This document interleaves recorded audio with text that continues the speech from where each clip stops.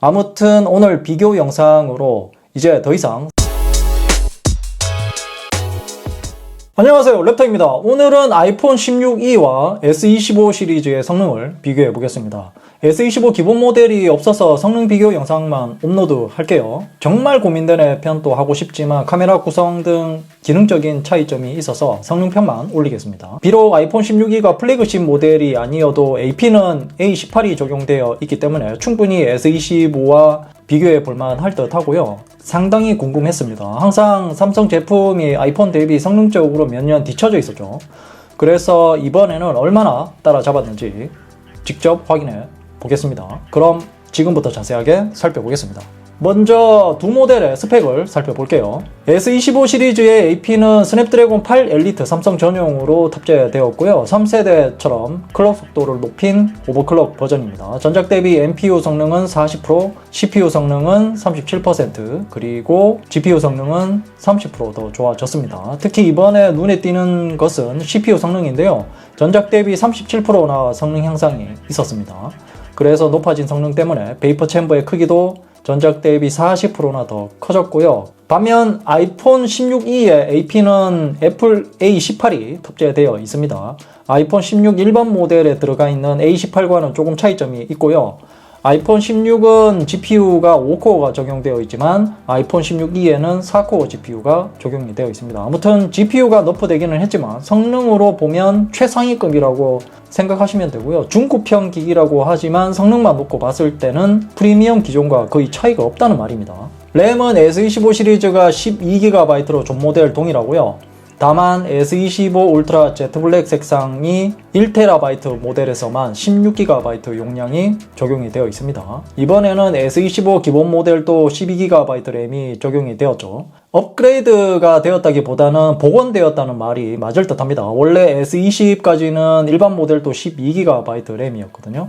그리고 LPDDR5X 규격의 램과 UFS 4.0 규격의 내장 메모리가 적용이 되어 있습니다. 반면 아이폰 16e의 램은 8GB 용량이고요. 램 규격은 LPDDR5X로 아이폰 16과 동일합니다. 이렇게 램 용량을 올린 것은 애플 인텔리전스를 지원하기 위해서이죠. 그리고 용량은 제가 구매한 128GB와 256GB 그리고 512GB로 구성이 되어 있습니다. 먼저 긱벤치 점수를 한번 보고 갈게요. 싱글코어부터 보겠습니다. 실제 비교를 하기 전에 어느 정도 예상은 하고 있었지만 실제로 이렇게 그래프를 보니까 믿어지지가 않을 정도로 S25 시리즈의 성능이 정말 좋아진 것을 볼 수 있죠. 여태까지는 아이폰과 갤럭시의 차이가 긱벤치 점수만 놓고 봤을 때 2에서 3년 정도는 차이가 났거든요.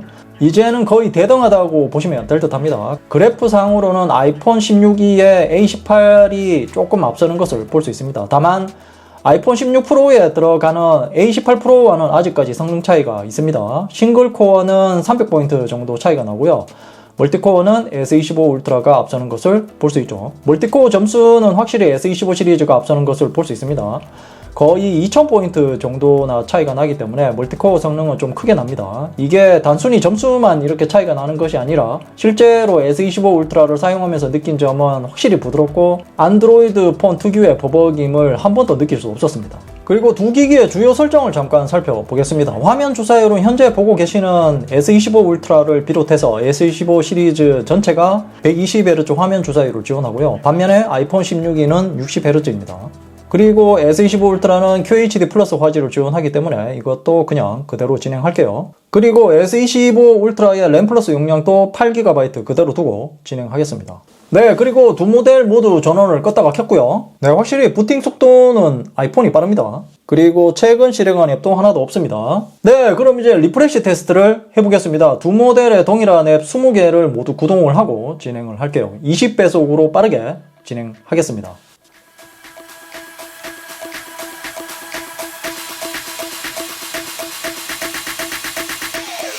네, 이렇게 해서 모든 앱을 켜놓은 상태이고요. 네, 그럼 리프레시 테스트를 해볼게요. 네, 먼저 유튜브부터. 유튜브 이상 없고요. 다음은 네이버 이상 없죠. 다음은 티빙 이상 없고요. 다음은 쿠팡 이상 없습니다. 다음은 알리 이상 없고요.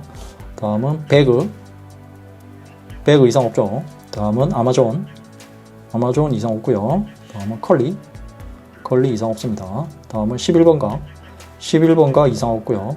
다음은 유튜브 뮤직 이상 없습니다. 다음은 카메라, 네, 카메라는 두 모델 모두 리프레시 되었고요. 다음은 스타벅스 이상 없고요. 다음은 CGV 이상 없죠. 다음은 교보 이북 이상 없고요. 호갱 노노 이상 없습니다. 다음은 SOS. 네, SOS는 두 모델 모두 리프레시 되었고요. 다음은 롯데시네마 이상 없고요. 다음은 G마켓 이상 없죠. 다음은 야놀자 이상 없습니다. 다음은 쿠팡플레이 이상 없습니다. 네, 그러고 보면 아이폰 16이가 대단한 것 같습니다. 8GB 램으로 S25 울트라와 같은 성능을 내고 있고요. 네, 다음은 3D 마크 테스트인데요. 두 모델 모두 가볍게 돌려봤습니다. 일단 점수 차이가 거의 5000포인트나 차이가 나죠. 그래픽 성능도 차이가 많이 납니다. 그 이유는 아이폰 16이의 GPU 코어가 4코어로 너프되었기 때문에 차이가 많이 나는 것이죠.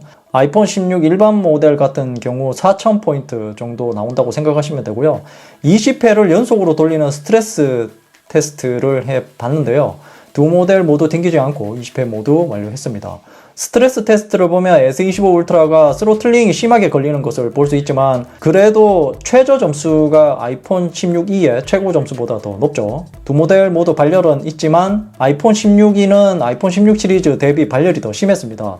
스트레스 테스트를 하니까 기기 전체가 상당히 뜨거웠고요. 네, 그럼 이제 정리를 해보겠습니다. 이번 영상에서 가장 흥미로운 부분은 긱벤치 점수입니다.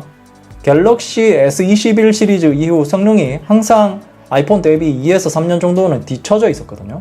S25 시리즈에서 그 문제를 단번에 해결한 것으로 보입니다. 오늘 영상으로 실제로 확인해 볼 수 있었죠. 물론 아이폰 16 프로에 적용되어 있는 A18 프로와는 싱글코어 같은 경우 아직까지 300포인트나 더 앞서는 것을 보면 대단한 것 같습니다. 올가을에 나올 A19 프로의 성능이 어느 정도일지 기대가 되고요.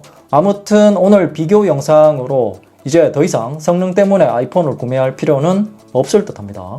이상으로 갤럭시 S25 울트라와 아이폰 16e의 성능을 비교해 봤습니다. 궁금한 점이 있다면 댓글로 남겨주시고요. 이 영상이 도움이 되었다면 좋아요, 구독하기, 그리고 알림 설정도 잊지 마세요. 랩터야, 이제 뭐 보는데 너? 좌측은 최신 영상이고 우측은 랩터가 픽한 영상이야. 랩터가 골라주는 영상 볼 거야. 최신 영상 볼 거야.